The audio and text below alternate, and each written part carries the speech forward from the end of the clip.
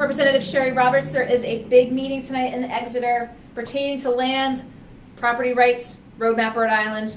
Representative Roberts, come on in. Thank you. Thanks for coming in. You sent the release out yesterday. Now, again, this is something that's up in Exeter, but Representative Price's district. That's correct. But you're taking the helm here because residents are concerned about what's taking place in the town.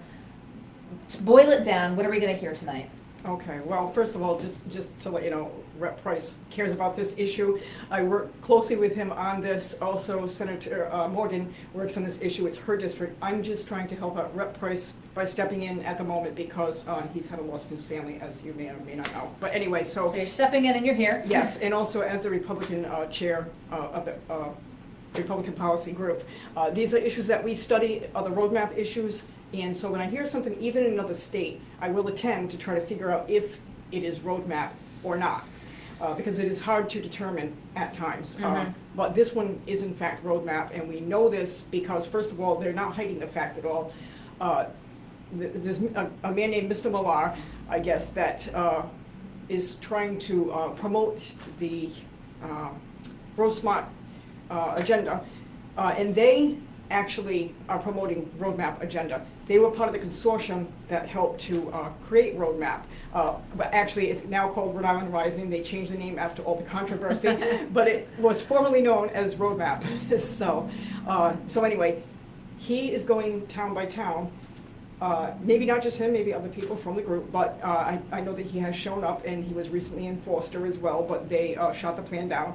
And this is what we need the towns to be aware of. When you hear grow smart, that's not good. That's a warning sign right there, because people do not like roadmap. So when you hear grow smart, you know that's part of roadmap. So they shouldn't even let them through the door.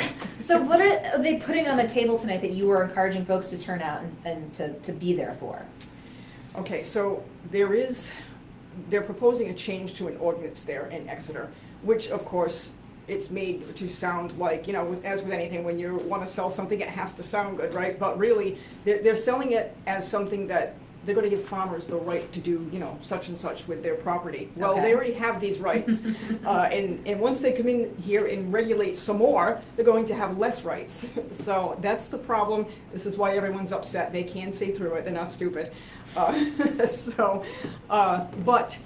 the thing is that it's happening in Exeter right now, but people don't realize it's also happening even in their towns. If they're not attending sometimes the town council meetings, or they're just not paying attention to what's going on in their town, Growth Smart can slip in there and propose this legislation to the town council members. And sometimes those town council members don't realize either what it is. So you've got some papers with you. You have some language that you said you wanted to quote directly from some of this. I believe, is this the roadmap language, Rhode Island Rising? Yes, actually, if I could just quickly show Vision for Exeter here. This came from roadmap. And what they have here, and there's reasons why, also DEM is trying to take property from the farmers using TDR, which is transfer development rights. Okay, so that has something to do with this here too. And there's a reason for this. They told the farmers that, even though they deny they're part of roadmap, they did tell the farmers that they just want to preserve the land. Well, guess what? In the roadmap plan, it specifically states they want to, that they would like to use TDR to develop properties. Now, if you look here, large lot build out, this is Exhibit A, single family homes on large parcel lots. This is referred to as urban sprawl. That's what we are, urban sprawl. In Exeter? Okay. In Exeter. Actually, they consider, I'm sure, anybody out there, even in West Greenwich, Coventry, urban sprawl. Now when they're done with their plans, they plan to contain urban sprawl, moving residents into more densely populated areas, high rises, and clustered living. It's going to be very difficult to show this, but I'm hoping that there is a link that we can provide you with after the fact here. And there certainly are visuals. Again, this will be discussed. Okay. It's, again, if it's hard to tell, but these properties are spread out over quite a good amount of space. They're looking to consolidate in a smaller space.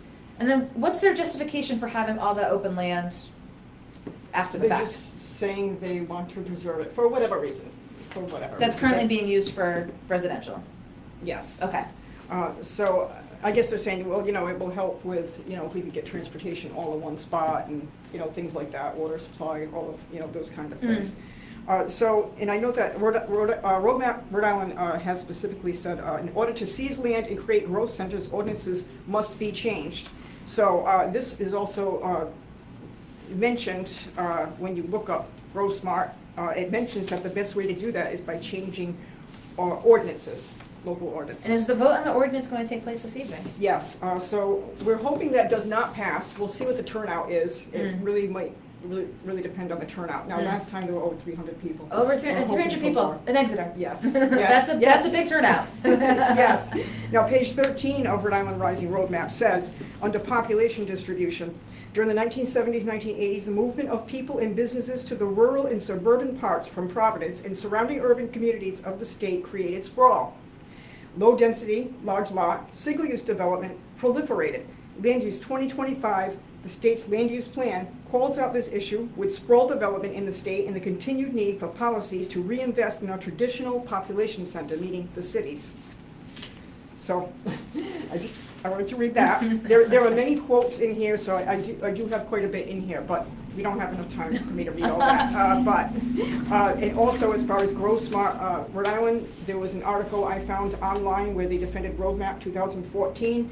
Grow Smart is proud to have been a member, this is their words, of the consortium of state agencies and public and private organizations that guided the development of the economic development plan now under consideration. The economic development plan is the Rhode Island Rising Roadmap. So many people may not know that. So you're encouraging not just Exeter, but folks everywhere to just keep tabs on what's happening in their towns, Correct. Especially when they hear this. And again, we've reported on Roadmap before.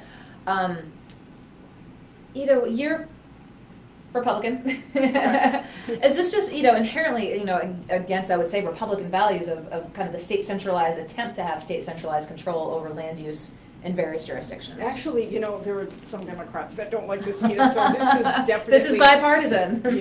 Yes, it's bipartisan. It's not, I don't think it has anything to do with whether you have Republican values, Democrat values, doesn't matter. It's not liked by anyone, so... So keeping close tabs on it. You're going to be there tonight. Again, did I see it goes from 7 to 10?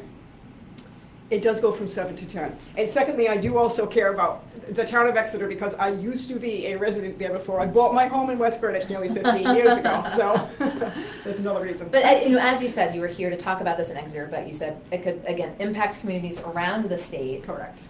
Do we know other communities taking up similar ordinances, or is this just kind of occurring right now in Exeter and we're keeping an eye on what happens in other communities? I've only heard about Exeter at the moment, and I haven't really checked into the other communities. I hear about it here and there. And when I do, I try to attend. So I know that it's going on in Exeter right now. I know that recently they tried to propose this in June in Forster, but that was shot down. So hope they don't come into my district because I'm going to be ready.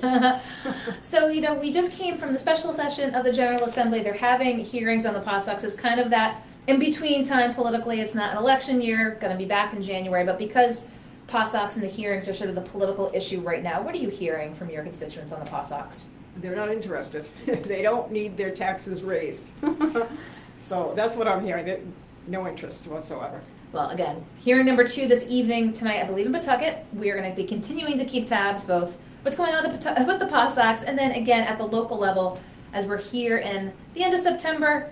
The Assembly will be back before we know it in January. Correct. But keeping tabs on all things politics. And then, 18 is going to be here before we know it. Yes.